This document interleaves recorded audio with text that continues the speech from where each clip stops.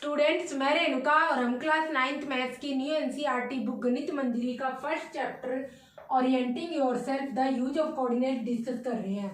इस चैप्टर में हम तक एक्सरसाइज 1.1, 1.2 और इसके अलावा एंड ऑफ चैप्टर एक्सरसाइज के कुछ क्वेश्चन डिस्कस कर चुके हैं और आज कुछ क्वेश्चन इस एंड ऑफ चैप्टर एक्सरसाइज की हम डिस्कस करेंगे। तो आज का हमारा जो एंड ऑफ चैप्टर एक्सरसाइज का आपका लास्ट क्वेश्चन है 16 क्वेश्चन, ये हम देखते हैं। इसमें हमें दे रखा है प्लॉट पॉइंट्स। आपकी जो न्यू एनसीईआरटी बुक है उसी का क्वेश्चन लिया हुआ है एंड ऑफ चैप्टर एक्सरसाइज का last question. Plot points A 2,1, B -1,2, C -2,-1, D 1,-2 और यहाँ पर हमें प्रूव करना है ABCD एक स्क्वायर है या नहीं है। तो सबसे पहले हम ये सारे के सारे पॉइंट्स ग्राफ पेपर पर प्लॉट करेंगे। तो आपको सारे के सारे ये पॉइंट्स ग्राफ पेपर पर प्लॉट करने हैं। तो यहाँ पर हम देखते हैं हॉरिजॉन्टल लाइन है, ये एक्स एक्सिस होती है, वर्टिकल लाइन होती है, ये वाई एक्सिस होती है। तो जब आप प्लॉट करोगे पॉइंट ए को, तो ए पॉइंट क्या है 2,1। तो किसी भी पॉइंट में हमेशा पहले एक्स कोऑर्डिनेट दिया होता है, फिर वाई कोऑर्डिनेट दिया होता है और एक्स कोऑर्डिनेट वाई कोऑर्डिनेट को हम सेपरेट करते हैं कॉमा के द्वारा। तो यहाँ पर आप देखोगे एक्स कोऑर्डिनेट 2 है, इट मीन्स इस पॉइंट से जब आप नीचे जाओगे तो आपके पास 2 आ रही है एक्स की वैल्यू, और इस पॉइंट से जब आप यहाँ पर जाओगे राइट साइड, तो आप देखो क्या आ रहा है 1। इट मीन्स एक्स कोऑर्डिनेट आपका 2 आ रहा है ये रहा, और वाई कोऑर्डिनेट क्या आ रहा है आपका 1 आ रहा है। ऐसे ही जब आप बी पॉइंट को प्लॉट करोगे तो आप यहाँ पर देखोगे -1,2, इट मीन्स एक्स कोऑर्डिनेट क्या है -1। तो आप देखो यहाँ से अगर नीचे आओगे तो -1 आ रहा है, और जब इधर से इस साइड जाओगे तो यहाँ पर क्या आ रहा है 2। तो इट मीन्स बी पॉइंट हुआ -1,2। अब आप देखो सी, इट मीन्स एक्स कोऑर्डिनेट भी माइनस है, वाई कोऑर्डिनेट भी माइनस है, ऑब्वियसली किस में होगा थर्ड क्वाड्रेंट में होगा। तो एक्स की वैल्यू क्या है -2। देखो इससे जब आप ऊपर जाओगे तो -2 आ रहा है, और जब आप इधर की साइड जाओगे तो आप देखोगे यहाँ पर क्या आ रहा है -1। तो -2, -1 ये सी पॉइंट हो गया है। इसके बाद डी देखेंगे, एक्स कोऑर्डिनेट है +1 और वाई कोऑर्डिनेट है -2। इट मीन्स इसमें फोर्थ क्वाड्रेंट में ये पॉइंट होगा आपका, बिकॉज एक्स एक्सिस पॉजिटिव है, वाई एक्सिस नेगेटिव है, तो वाई की वैल्यू क्या है नेगेटिव है यहाँ पर। तो आप यहाँ से देखोगे एक्स की वैल्यू 1 है, तो ऊपर जाओगे देखो 1 आ रहा है, और वाई कोऑर्डिनेट क्या है -2। तो इस साइड आओगे तो ये देखो यहाँ पर -2 आपका आ रहा है। तो इट मीन्स आपका ABCD ये सारे पॉइंट्स को सेम इसी ऑर्डर में जब आप मीट करोगे, ज्वाइन करोगे, तो आपको यहाँ पर फिगर मिलेगा ABCD एक क्वाड्रिलेटरल मिलेगा। Quadrilateral means quad means 4, because इसकी 4 साइड्स है तो हम इसको बोलेंगे क्वाड्रिलेटरल। तो अब हमें प्रूव करना है यहाँ पर ABCD एक स्क्वायर है या नहीं है। तो सबसे पहले हम देखेंगे स्क्वायर की प्रॉपर्टीज क्या होती है। स्क्वायर की प्रॉपर्टीज क्या होती है, स्क्वायर में सभी साइड्स इक्वल होती है। इसमें साइड्स कौन कौन सी है, AB एक साइड है, BC एक साइड है, CD एक साइड है और DA एक साइड है। कुल मिलाकर स्क्वायर में कितनी साइड्स होती है 4 साइड। ये सारी की सारी साइड्स इक्वल होनी चाहिए। इसके अलावा स्क्वायर की प्रॉपर्टी क्या होती है जिससे हम प्रूव कर सकते हैं कि ये एक स्क्वायर है, डायगोनल्स दोनों स्क्वायर में इक्वल होते हैं। इट मीन्स डायगोनल्स क्या आएंगे, ये वाले पॉइंट को मीट करने पर हमें मिल रहा है AC डायगोनल, और इन दो पॉइंट्स को, इन दो वर्टिसेस को जब हम मीट करेंगे तो यहाँ पर क्या आएगा BD डायगोनल। तो यहाँ पर हमें 2 डायगोनल्स भी इक्वल प्रूव करने हैं, AC = BD। इसके अलावा सारी sides AB BC CD DA equal prove करनी है, तो उस केस में वो होगा यहाँ पर स्क्वायर। तो इसके लिए जब आप यहाँ पर ऑब्वियसली आपको साइड्स की लेंथ निकालनी पड़ेगी। तो सबसे पहले हम देखते हैं AB साइड।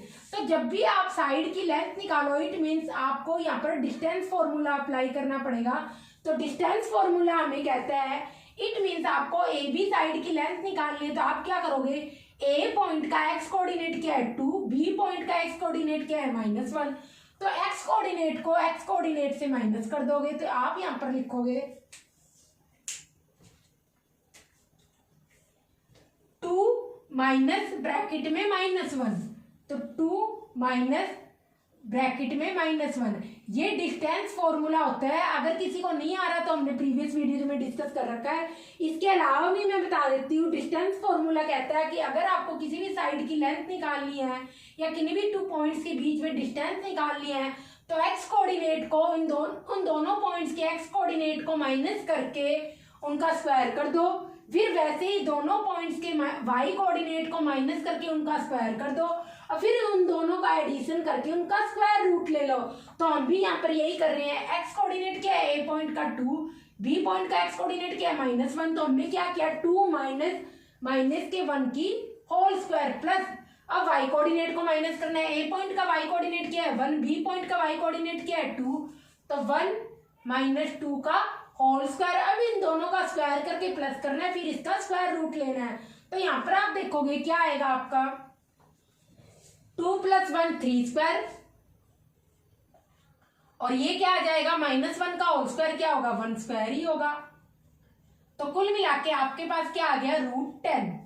ए भी क्या आ गया √10 आ गया। अब हम BC निकालेंगे। BC क्या आएगा इधर, BC = यहाँ पर आपका हो जाएगा एक्स कोऑर्डिनेट क्या है B का -1, C का एक्स कोऑर्डिनेट क्या है -2, तो इन दोनों के डिफरेंस करके उनका स्क्वायर।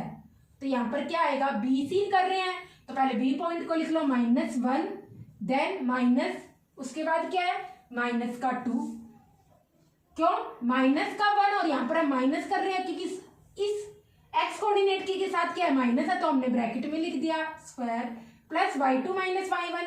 y कोऑर्डिनेट क्या है B का 2, C का y कोऑर्डिनेट क्या है -1। तो आप यहाँ पर लिखोगे 2 - -1 का होल स्क्वायर, पूरे पे होल स्क्वायर आएगा। तो यहाँ पर क्या हो जाएगा -1, और यहाँ पर क्या आ जाएगा -1, और ये क्या आ जाएगा ये क्या हो जाएगा -2, और बाहर आकर क्या हो जाएगा +2। तो -1 प्लस के 2 का होल स्क्वायर, और प्लस आ रहा है यहाँ पर 2,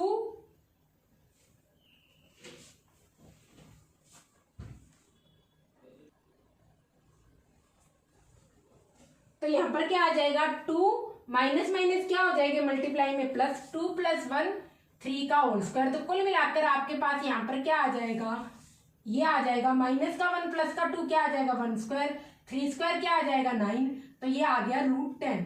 BC भी आपके पास √10 आ गया, AB भी आपके पास √10 आ गया। आप क्या देखेंगे CD, हम देखेंगे CD, इसकी डिस्टेंस निकालेंगे, इट मीन इसकी लेंथ निकालेंगे। तो आप यहाँ पर देखोगे एक्स कोऑर्डिनेट क्या है C का -2, D का एक्स कोऑर्डिनेट क्या है 1, तो आप यहाँ पर लिखोगे -2 - 1 का whole square plus y coordinate क्या है C का -1, और D का y कोऑर्डिनेट क्या है -2। तो यहाँ पर आ जाएगा -1 माइनस करना है, देन y कोऑर्डिनेट D का जो कि -2 है, तो मैंने -1 किया, C का y कोऑर्डिनेट -1, देन माइनस, और इसके बाद D का y कोऑर्डिनेट क्या है -2, ये करके इन दोनों का होल स्क्वायर। तो यहाँ पर क्या आ जाएगा -2 - 1 क्या हो जाएगा -3 का होल स्क्वायर जो कि 9 होगा, प्लस इसके बाद क्या आ जाएगा -1, और ये क्या हो जाएगा माइनस प्लस, तो -1 और +2 कितना हो जाएगा -1 और +2 कितना हो जाएगा यहाँ पर +1। तो कुल मिला के आपके पास क्या आ जाएगा यहाँ पर 9 + 1 = √10। तो इट मीन्स आपके पास CD क्या आ गया, CD की लेंथ भी क्या आ गई √10 आ गई। अब हम DA की चेक करेंगे। DA क्या होगा, एक्स कोऑर्डिनेट क्या होगा D का 1 और A का क्या है 2, तो एक्स कोऑर्डिनेट के दोनों एक्स कोऑर्डिनेट को माइनस करो 1 - 2 की whole square, plus y coordinate को माइनस करो, D का y कोऑर्डिनेट है -2, A का y कोऑर्डिनेट है 1, तो -2 - 1 का होल स्क्वायर। दोनों के y कोऑर्डिनेट को माइनस करना है, दोनों के x कोऑर्डिनेट को माइनस करना है, फिर उनकी स्क्वायरिंग करके उनको प्लस करके उनका स्क्वायर रूट लेना है। तो 1 - 2 क्या हो जाएगा -1 का होल स्क्वायर, -1 का होल स्क्वायर, और -2 - 1 क्या हो जाएगा -3 का होल स्क्वायर। तो कुल मिलाकर यहाँ पर भी आपको क्या मिल जाएगा 9, क्योंकि माइनस की होगी स्क्वायरिंग करने पर प्लस का 1 हो जाएगा, और ये प्लस का 9 हो जाएगा, तो √10 आ जाएगा। इट मीन्स आपने यहाँ पर क्या प्रूव कर दिया, AB = BC = CD = DA। But ये अभी प्रूव नहीं हुआ कि ये स्क्वायर है, इस केस में ये रोम्बस भी हो सकता है, कि रोम्बस में भी क्या होती है सारी साइड्स इक्वल होती है। अब हम प्रूव करेंगे कि डायगोनल्स भी इक्वल है, तो इट मीन्स आपको सबसे पहले BD डायगोनल को निकालना है, इसकी साइड निकालनी है।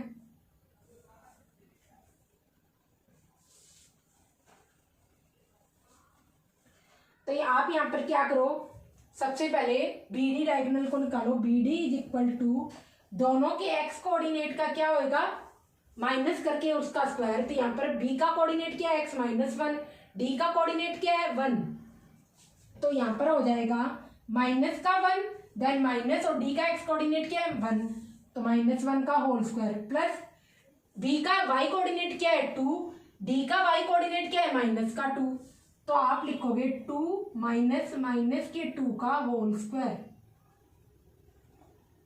तो आप यहां पर देखोगे क्या हो जाएगा, इधर 2, ये क्या थी 2b, और ये क्या था यहाँ पर -2, तो ये माइनस माइनस क्या हो जाएगा +2। तो आप यहाँ पर देखोगे -2 का होल स्क्वायर, -1 क्या हो जाएगा -2, ऐड होगा और माइनस का साइन आएगा स्क्वायर, देन 2 और ये माइनस प्लस क्या हो जाएगा +2, तो 2 + 2 4 हो जाएगा और 4 का स्क्वायर आ जाएगा। तो आपके पास क्या आ जाएगा 16 + 4 20 आ जाएगा। अब हम यहाँ पर क्या निकाल लेते हैं, AC को निकाल लेते हैं कि AC हमारी क्या आती है। तो AC हम देखते हैं, एक का एक्स कोऑर्डिनेट क्या है 2, सी का एक्स कोऑर्डिनेट क्या है -2, तो दोनों के एक्स कोऑर्डिनेट का डिफरेंस का स्क्वायर, तो 2 माइनस के 2 का होल स्क्वायर, प्लस ए का वाई कोऑर्डिनेट क्या है 1, जबकि सी का वाई कोऑर्डिनेट क्या है -1, तो 1 माइनस के 1 का होल स्क्वायर। तो यहाँ पर आप देखो ये आपका क्या आ गया 2, ये क्या होगा माइनस प्लस क्या हो जाता है मल्टीप्लीकेशन में है, सॉरी माइनस माइनस क्या होगा मल्टीप्लीकेशन में, तो माइनस माइनस प्लस हो जाएगा, तो 2 + 2 4 का स्क्वायर, प्लस और ये क्या हो जाएगा माइनस माइनस मल्टीप्लीकेशन में है, तो ये माइनस माइनस प्लस हो जाएगा, 1 + 1 2 हो जाएगा, तो 2 का स्क्वायर। तो कुल मिला के आपके पास ये भी क्या आ गया 20 आ गया। तो आप यहां पर लिखोगे, अब इधर कहीं लिख लो,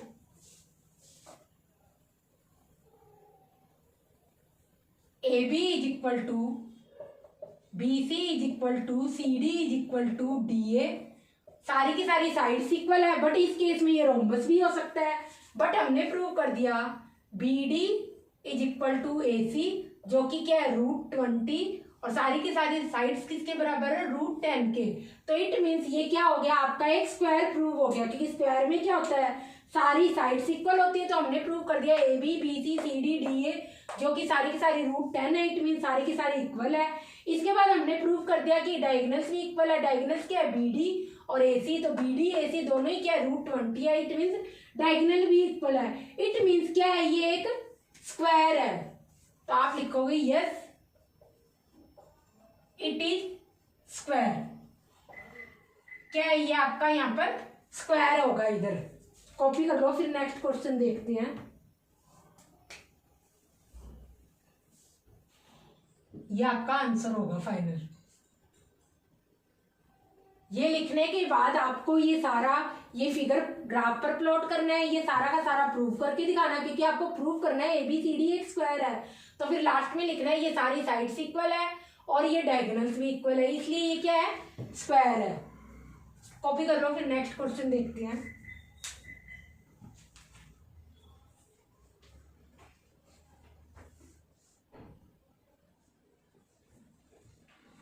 इसी का एंड ऑफ चैप्टर एक्सरसाइज का हम 13 क्वेश्चन देखते हैं यहाँ पर, जो कि मिड पॉइंट्स के ट्राइंगल के रिगार्डिंग है। पर ये क्वेश्चन करने से पहले आपको एक बार थोड़ा सा आइडिया होनी चाहिए कि इक्वेशन क्या होती है और लीनियर इक्वेशन क्या होती है, क्योंकि उसके बिना आप ये क्वेश्चन अटेम्प्ट नहीं कर सकते। तो इसके लिए आपको पता होना चाहिए कि इक्वेशन और लीनियर इक्वेशन क्या होती है। तो जब भी हम ऐसे कहते हैं कि टू मैथमेटिकल स्टेटमेंट्स इक्वल है, तो उसे हम बोलते हैं इक्वेशन। अब जैसे मैंने बोल दिया 5 इज इक्वल टू 5 है, तो क्या हुआ 5 और क्या है ये एक मैथमेटिकल स्टेटमेंट ही है, मैथ्स में लिखा हुआ है, और 5 इज इक्वल टू 5, तो क्या होगा दोनों मैथमेटिकल स्टेटमेंट क्या है इक्वल है, इट मीन्स 5 के इक्वल है, तो ये एक मैथमेटिकल स्टेटमेंट हुआ, तो ये एक इक्वेशन कहलाएगी। अब इसी टाइप में अगर मैं कह दूं x इज इक्वल टू 5, अब x क्या है यहाँ पर वेरिएबल है, क्यों है वेरिएबल, क्योंकि किसी इक्वेशन में x की वैल्यू हर एक वैल्यू में हर एक इक्वेशन में एक्स की वैल्यू डिफरेंट डिफरेंट होती है। किसी इक्वेशन में एक्स की वैल्यू 2 होती है, किसी दूसरी इक्वेशन में एक्स की वैल्यू होती है 5। तो सबसे पहले आप देखो यहाँ पर कुछ टर्म्स आपको पता होनी चाहिए थर्ड क्वेश्चन करने से पहले। इक्वेशंस क्या होती है, आपको कोई डेफिनेशन लिखने की जरूरत नहीं है। टू मैथमेटिकल स्टेटमेंट, बस आपको समझना है ये, क्योंकि हमें नेक्स्ट क्वेश्चन करना है तो उसके लिए आपको ये चीजें पता होनी चाहिए। जब भी टू मैथमेटिकल स्टेटमेंट्स इक्वल हो तो उस केस में हम कहेंगे वो इक्वेशन कहलाएगी। फॉर एग्जांपल जैसे मैंने लिख दिया 5 = 5। अब 5 एक मैथमेटिकल स्टेटमेंट है, ये 5 एक मैथमेटिकल स्टेटमेंट है और ये दोनों आपस में क्या इक्वल है, तो ये क्या कहलाएगी, इक्वेशन कहलाएगी नंबर सिस्टम में। पर अगर मैं लिख दूं x = 5 तो यहाँ पर x क्या आपका वेरिएबल होगा। वेरिएबल क्यों बोलेंगे, वेरिएबल का मीनिंग क्योंकि वेरी करती है इसकी। किसी इक्वेशन में तो x की वैल्यू 2 होती है, किसी और इक्वेशन में x की वैल्यू 5 होती है। बिकॉज x की वैल्यू वेरी करती रहती है हर इक्वेशन में, तो इसलिए हम इसे बोलते हैं वेरिएबल। तो जो भी हम अल्फाबेट लेते हैं इक्वेशन के अंदर उन्हें हम बोलते हैं variable. Most of the time, हर बार नहीं, जनरली नहीं, मोस्ट ऑफ द टाइम। तो यहाँ पर x क्या होगा, वेरिएबल, और इसकी वैल्यू क्या है 5। तो यहाँ पर भी क्या हुआ, एक मैथमेटिकल स्टेटमेंट हुआ x, दूसरा मैथमेटिकल स्टेटमेंट हुआ 5, और ये दोनों मैथमेटिकल स्टेटमेंट x और 5 आपस में कनेक्टेड है इक्वल साइन से। तो हम कहते हैं जब two mathematical statements are equal, जब टू मैथमेटिकल स्टेटमेंट्स इक्वल होते हैं और इक्वल साइन से कनेक्टेड होते हैं तो उस केस में हम कहते हैं ये क्या है, एक इक्वेशन है। इसके बाद आप ऐसे भी लिख सकते हो, जैसे मैंने बोल दिया यहाँ पर तो एक वेरिएबल लिया x + y = 3। ये भी क्या हुई है, एक इक्वेशन ही हुई है, पर यहाँ पर वेरिएबल कितना है, x भी एक वेरिएबल है और y भी एक वेरिएबल है, और दोनों इन वेरिएबल्स का सम किसके बराबर है, 3 के बराबर। ऐसे ही मैं लिख दूँ, यहाँ पर तो 2 वेरिएबल्स लिया, अगर मैं 3 वेरिएबल्स ले लूँ x में, x2 + x1 + x3 = 5। तो यहाँ पर हमने कितने वेरिएबल्स ले लिए, फर्स्ट स्टेटमेंट क्या होगा मेरा x1 + x2 + x3, ये तीनों के तीनों वेरिएबल है। सेकंड स्टेटमेंट क्या होगा 5, और ये दोनों ही स्टेटमेंट इक्वल है एक दूसरे के, इट मींस इक्वल साइन से कनेक्टेड है, क्योंकि ये सिंबल क्या होता है आपका, इक्वल साइन होता है। ये जो हम इस तरीके से लिखते हैं ये सारा साइन, तो ये इक्वल है, इट मीन दोनों मैथमेटिकल स्टेटमेंट क्या इक्वल साइन से कनेक्टेड है। तो ये सारी की सारी क्या कहलाएगी, आपकी इक्वेशंस कहलाएगी। तो जब ये आपकी इक्वेशंस कहलाएगी तो हम कहते हैं लीनियर इक्वेशन की यहाँ पर बात करते हैं, जो कि आपका क्वेश्चन है। तो जब हम लीनियर इक्वेशन की बात करते हैं तो लीनियर इक्वेशन वो इक्वेशन जिनमें वेरिएबल की हाईएस्ट पावर क्या होती है, 1 होती है। तो आप लिख दोगे यहाँ पर हाईएस्ट पावर ऑफ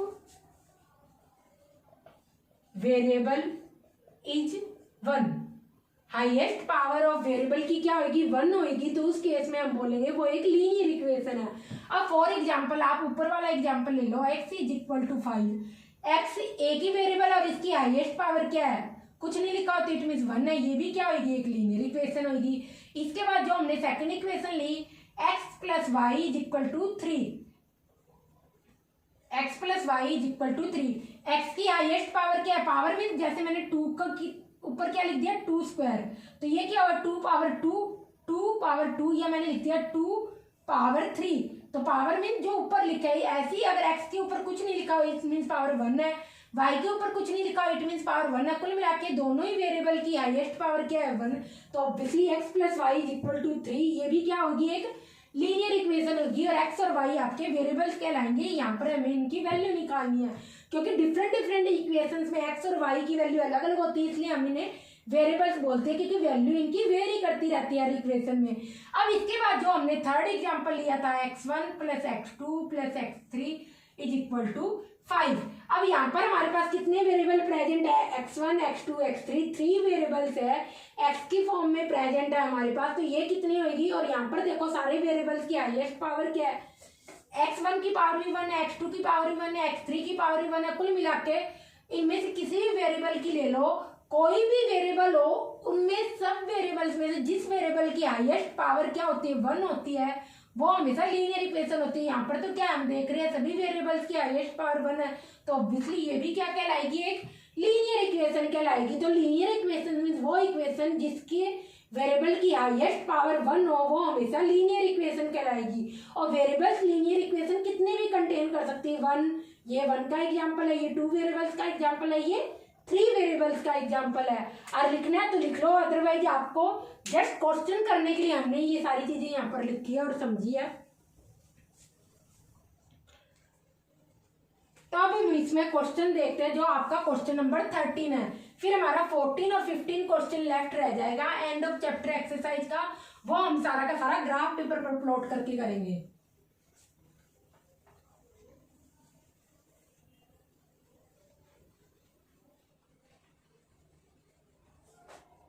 तो क्वेश्चन लिखो सबसे पहले, अगर आपको आपकी बुक में देखना है तो बुक में देख लो।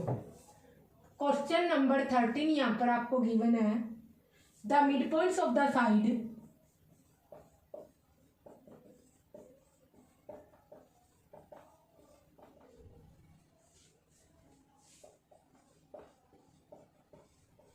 of the sides of a triangle ABC। ये ट्राइंगल का सिंबल बना दो, ये ट्राइंगल लिख दो आर।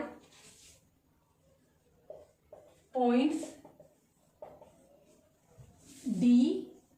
डी पॉइंट आपको दे रखा है 5,1, ई पॉइंट आपको दे रखा है 6,5। ये सारे के सारे क्या है, मिड पॉइंट्स है। और एफ पॉइंट दे रखा है 0,3 respectively.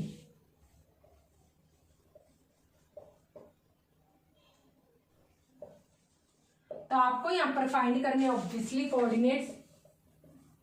Find coordinates A B और सी की कुल मिला के यहाँ पर आपको वैल्यू निकालनी है।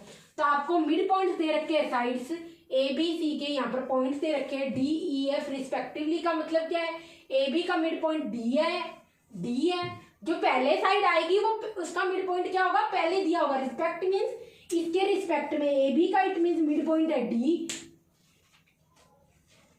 ए बी का मिड पॉइंट डी है, बी सी का मिड पॉइंट ई है और सी ए का मिड पॉइंट आपका एफ है रिस्पेक्टिवली। का मतलब जो पहले साइड दी होगी उसका मिड पॉइंट पहले आएगा, जो बाद में बी सी बाद में आ रहा है तो उसका मिड पॉइंट इस मतलब सेकंड नंबर पर है। और सी ए क्या आएगा, सी ए थर्ड साइड होगी, इसका मिड पॉइंट थर्ड नंबर पे आएगा रिस्पेक्टिवली का। तो यहाँ पर आपको कोऑर्डिनेट्स फाइंड करने हैं इसके ए बी सी के। तो यहाँ पर सबसे पहले हम फिगर प्लॉट कर लो तो बेटर हो जाएगा आपके पास। यहाँ पर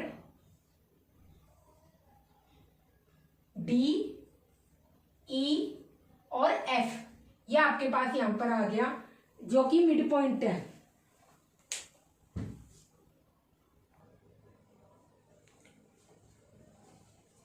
तो यहां पर आपको D E F mid points है। डी मिड पॉइंट है ए बी साइड का, बी सी का मिड पॉइंट है ई और सी ए का मिड पॉइंट है एफ। यहां पर हम मान लेते हैं ए बी और सी पॉइंट्स, यहां पर हम मान लेते हैं late us assume x1 y1 है, बी के है x2 y2 पॉइंट्स और सी के है x3 y3। यहाँ पर ये पॉइंट्स हमने एज्यूम कर लिए हैं। तो आप सबसे पहले लिखोगे let us assume points A B C are respectively क्या आ जाएंगे, यहाँ पर ए आ जाएगा x1 y1, बी आ जाएगा x2 y2 और सी आ जाएगा आपका x3 y3। यही हमें पॉइंट्स निकालने हैं, इन्हीं के कोऑर्डिनेट्स निकालने हैं। तो सबसे पहले हम यहाँ पर मिड पॉइंट फॉर्मूला लगाएंगे, या आप सेक्शन फॉर्मूला यहाँ पर कह सकते हो। अब बिकॉज ए बी का मिड पॉइंट क्या है डी, तो हमने सेक्शन फॉर्मूला में किया था कि कोई भी पॉइंट अगर अदर टू पॉइंट्स को किसी पार्ट्स में डिवाइड करता है तो ए बी का मिड पॉइंट क्या है डी, तो it mean D A B को क्या कर रहा है, टू इक्वल पार्ट्स में डिवाइड कर रहा है। ये दोनों क्या हो जाएंगे, 1:1 में डिवाइड होंगे। क्यों, क्योंकि ए बी का मिड पॉइंट क्या है डी, तो 1:1 में डिवाइड हो जाएंगे। तो हमने सेक्शन फॉर्मूला किया था, अगर किसी को नहीं आता तो लास्ट वीडियो जाके देखे सेक्शन फॉर्मूला। फिर भी मैं इसमें बताने की कोशिश करूंगी कि हम कैसे अप्लाई करते हैं।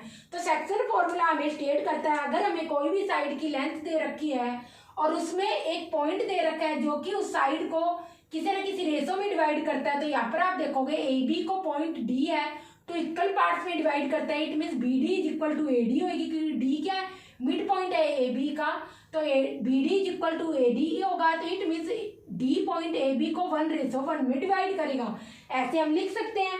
ऐसे ही ई बी सी का मिड पॉइंट है तो मैं कह दूंगी ई बी सी को 1:1 में डिवाइड करेगा। ऐसे ही एफ क्या है, ए सी का मिड पॉइंट है तो एफ ए सी को 1:1 में डिवाइड करेगा, इट मीन दोनों इक्वल होंगे, A F is equal to F C होगी, B is equal to E C होगी। अब आप यहाँ पर क्या करोगे कि उस केस में आप क्या करोगे, x1 इंटू 1, तो जो भी आपके पास पॉइंट है ये जो आ गया ये आप डायरेक्ट लिख सकते हो मिड पॉइंट फॉर्मूला, दोनों कोऑर्डिनेट्स, दोनों के x कोऑर्डिनेट का सम अपॉन 2 वो आपकी क्या होगा, इस पॉइंट डी के x कोऑर्डिनेट के बराबर होगा। इट मीन्स आप लिख सकते हो बाय मिड पॉइंट फॉर्मूला, यहां पर आप सबसे पहले लिखोगे ए बी क्या मिड पॉइंट क्या है डी, तो x1 ए का x कोऑर्डिनेट, बी का x कोऑर्डिनेट,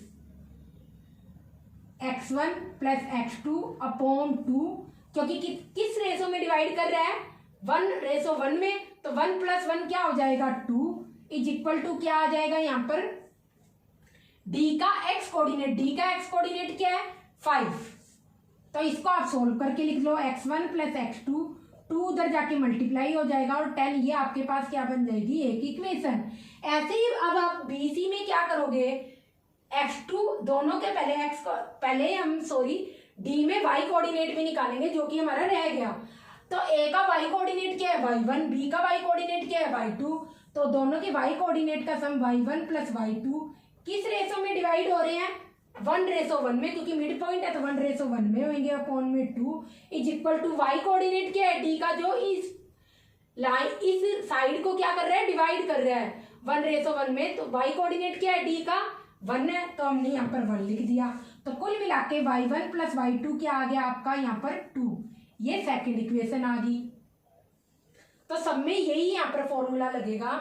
ऐसे ही आप यहाँ पर देखो कि BC में अब मैं डायरेक्ट लिखूंगी x2 plus x3 upon 2 is equal to E coordinate क्या है x2 plus x3 upon 2 is equal to 6, क्योंकि इनका ई का जो की BC साइड को 1:1 में डिवाइड कर रहा है, इट मीन इसका मिड पॉइंट है, तो x2 प्लस x3 अपॉन में 2, ई का क्या है x कोऑर्डिनेट क्या है 6, तो मैंने 6 लिख दिया, तो कुल मिला के x2 प्लस x3 आपके पास क्या आ गया 12।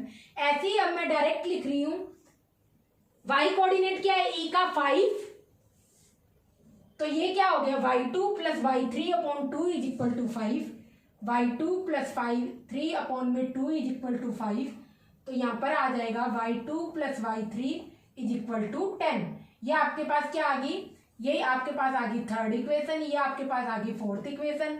और ऐसे ही यहाँ पर आप देखो, अब हम इन पॉइंट्स को लेंगे, आप देखोगे x3 प्लस x1 आपके पास क्या आ जाएगा x3 प्लस x1 अपॉन 2, जो कि f इसका मिड पॉइंट है AC का, f का x कोऑर्डिनेट क्या है 0, तो हमने 0 के बराबर लिख दिया x3 प्लस x1 अपॉन 2, और किसके बराबर आएगा इज इक्वल टू 0, तो यहाँ पर कुल मिला के x3 प्लस x1 की वैल्यू क्या आ जाएगी 2 इंटू 0 क्या हो जाएगी 0, ये आपके पास फिफ्थ इक्वेशन आ गई। और सिक्स्थ इक्वेशन क्या आएगी, y कोऑर्डिनेट निकालना है, y1 प्लस y3 अपॉन में 2, y1 प्लस y3 अपॉन में 2 is equal to mid point का y कोऑर्डिनेट क्या है AC का 3 इज इक्वल टू 3, तो y1 plus y3 is equal to 6, ये आपके पास क्या आ गई सिक्स्थ इक्वेशन आ गई। तो कुल मिला के यहाँ पे आपको टोटल 6 लीनियर इक्वेशंस मिल गई। पहली x1 plus x2, y1 plus y2, x2 plus x3, y2 plus y3, x3 plus x1 और y1 प्लस y3, ये कुल मिला के यहाँ पे आपको कितनी मिल गई, टोटल 6 इक्वेशन मिल गई है। तो अब हम क्या करेंगे, इसको फर्दर सॉल्व करने के लिए, अब ये हमने सारा का सारा यहाँ पर लिख लिया। अगर आपने डायग्राम प्लॉट कर लिया तो अच्छी बात है, अदरवाइज प्लॉट कर लो, फिर हमें फर्दर आगे क्वेश्चन को सॉल्व करना है। कर लो, इतना क्वेश्चन कॉपी कर लो, फिर हम फर्दर क्वेश्चन को सॉल्व करेंगे।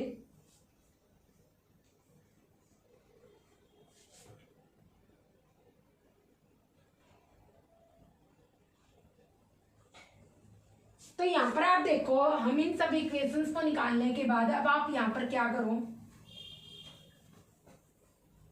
कि एक्स वाली जो भी लीनियर इक्वेशंस है उन सबको क्या कर दो, प्लस कर दो यहाँ पर। तो एक्स वाली कौन कौन सी इक्वेशंस है देखो यहाँ पर, एक ये रही 1, 3 और 5। तो आप यहाँ पर लिखोगे इक्वेशन को हम इस तरीके से लिखते हैं, ई के ऊपर लगाकर 1, equation 1, equation 3 plus equation 5। It means in सब का सम करेंगे। सम करने का मतलब कि आप लेफ्ट साइड को लेफ्ट साइड के साथ ऐड करोगे, x1 plus x2, left side क्या होगी, अब ये हमने लीनियर इक्वेशन लिखी तो इसमें लेफ्ट साइड क्या होगी, x1 प्लस x2 आपकी लेफ्ट साइड होगी, राइट साइड क्या होगी 10। ऐसे ही इसी लीनियर इक्वेशन में लेफ्ट साइड क्या होगी, x2 plus x3 left side होगी बिकॉज लेफ्ट साइड लिखी हुई है, और 12 राइट साइड लिखा तो राइट साइड होगा। x3 प्लस x1 क्या होगी, लेफ्ट साइड होगी, राइट साइड क्या होगा 0। तो लेफ्ट साइड हर इक्वेशन की लेफ्ट साइड के साथ ऐड होगी, तो it means x1 plus x2, x2 plus x3 और plus x3 plus x1 is equal to, हमने क्या करी, इन सबकी लेफ्ट साइड को ऐड कर लिया, x1 plus x2, x2 plus x3, x3 plus x1। ये तो हमने लेफ्ट साइड को ऐड किया, तो हमने लेफ्ट साइड सारी की सारी इक्वेशंस की लिख दी। अब आप राइट साइड को ऐड करो, 10 प्लस 12 प्लस 0, 10 प्लस 12 प्लस 0 कितना हो गया, 10 प्लस 12 प्लस 0। तो आप यहाँ पर देखोगे 2 टाइम्स आपका x1 आएगा, 2 टाइम्स आपका x2 आएगा, 2 टाइम्स आपका x3 आएगा, इज इक्वल टू ये क्या बन जाएगा यहाँ पर 12 बन जाएगा।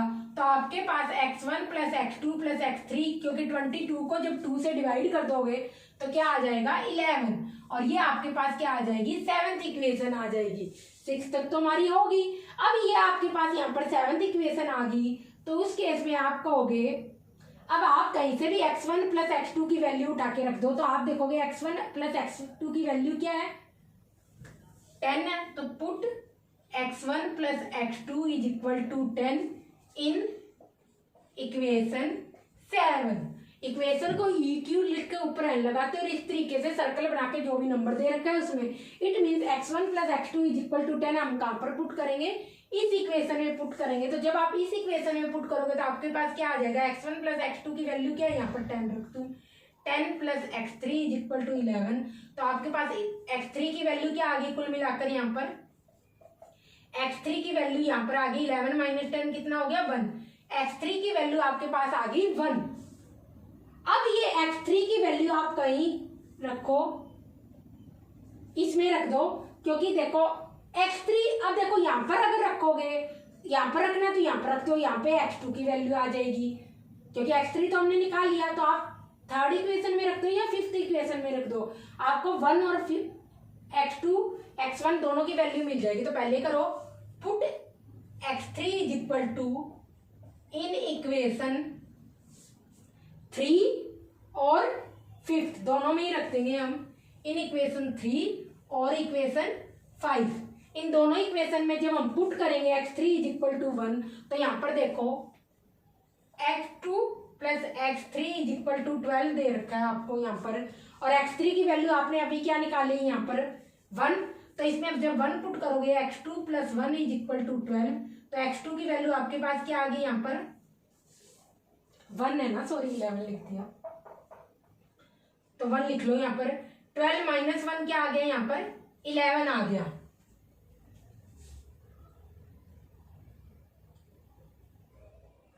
और आप यहाँ पर देखोगे ये तो आपके पास x2 की वैल्यू आ गई, ये कौन सी इक्वेशन थी, हमने 3 में पुट किया। अब इक्वेशन किस में पुट करो 5 में, तो x1 plus x3 is equal to 0 दे रखा है, तो x3 की वैल्यू क्या है 1, तो x1 plus 1 is equal to 0। तो कुल मिलाकर x1 की वैल्यू क्या आ गई -1। तो ये आपके पास क्या आ गई x1 x2 और x3 की क्या आ गई वैल्यूज आ गई। इट मीन्स आपके पास क्या आ गया ए बी सी का x कोऑर्डिनेट आपको मिल गया। कॉपी कर लो, फिर आगे क्वेश्चन सॉल्व करते हैं।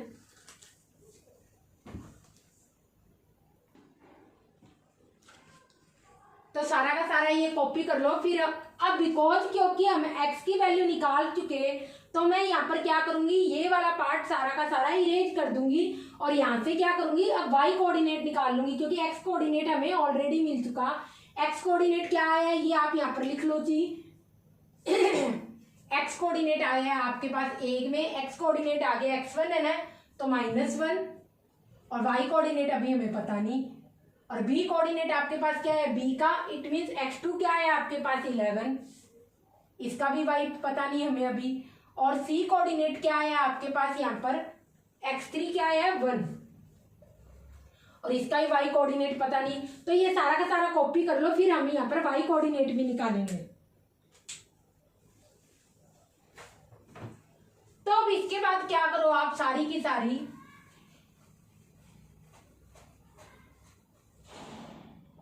यहां पर जो इक्वेशन दे रखी है 2, 4 और 6 को अब ऐड कर लो, बिकॉज आपको वाई कोऑर्डिनेट अब निकालना है, क्योंकि एक्स कोऑर्डिनेट तो आप निकाल चुके हैं।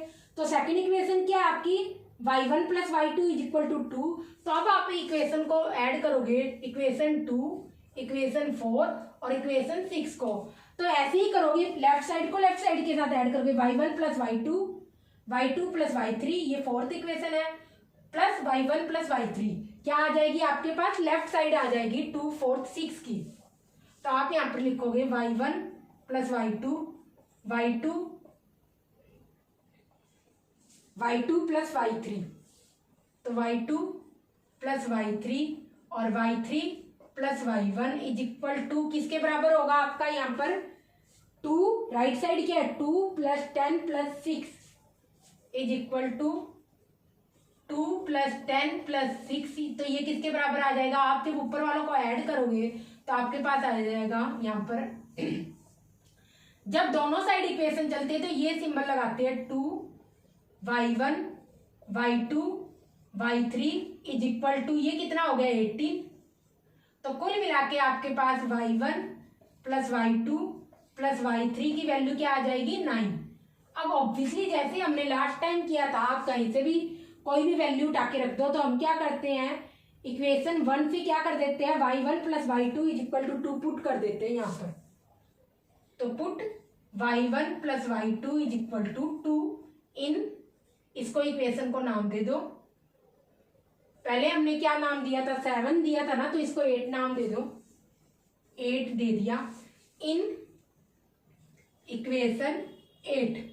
ये कौन सी इक्वेशन है आपकी 8 नंबर की, क्योंकि 8 नंबर पे आ रही है तो 8 इक्वेशन दे दी।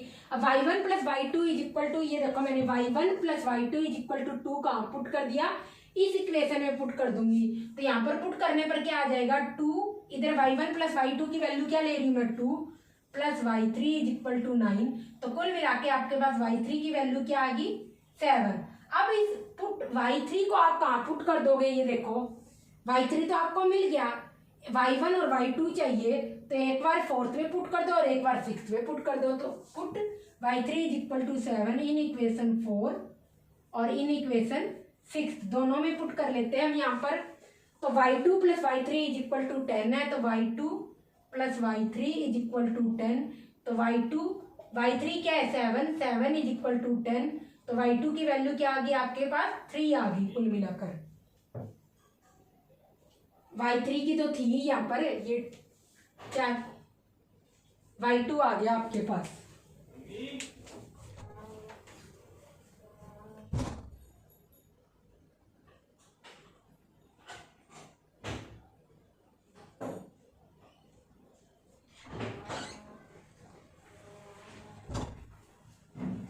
तो ये आपके पास y2 की वैल्यू आ गई। तो ये हमने कैसे निकाली, इक्वेशन 4 से निकाली। अब इक्वेशन 6 में जब हम y3 is equal to 7 put करेंगे तो इक्वेशन 6 क्या है y1 plus y3 is equal to 6। ये आपके पास क्या है इक्वेशन, यहाँ पर क्या है 6 है,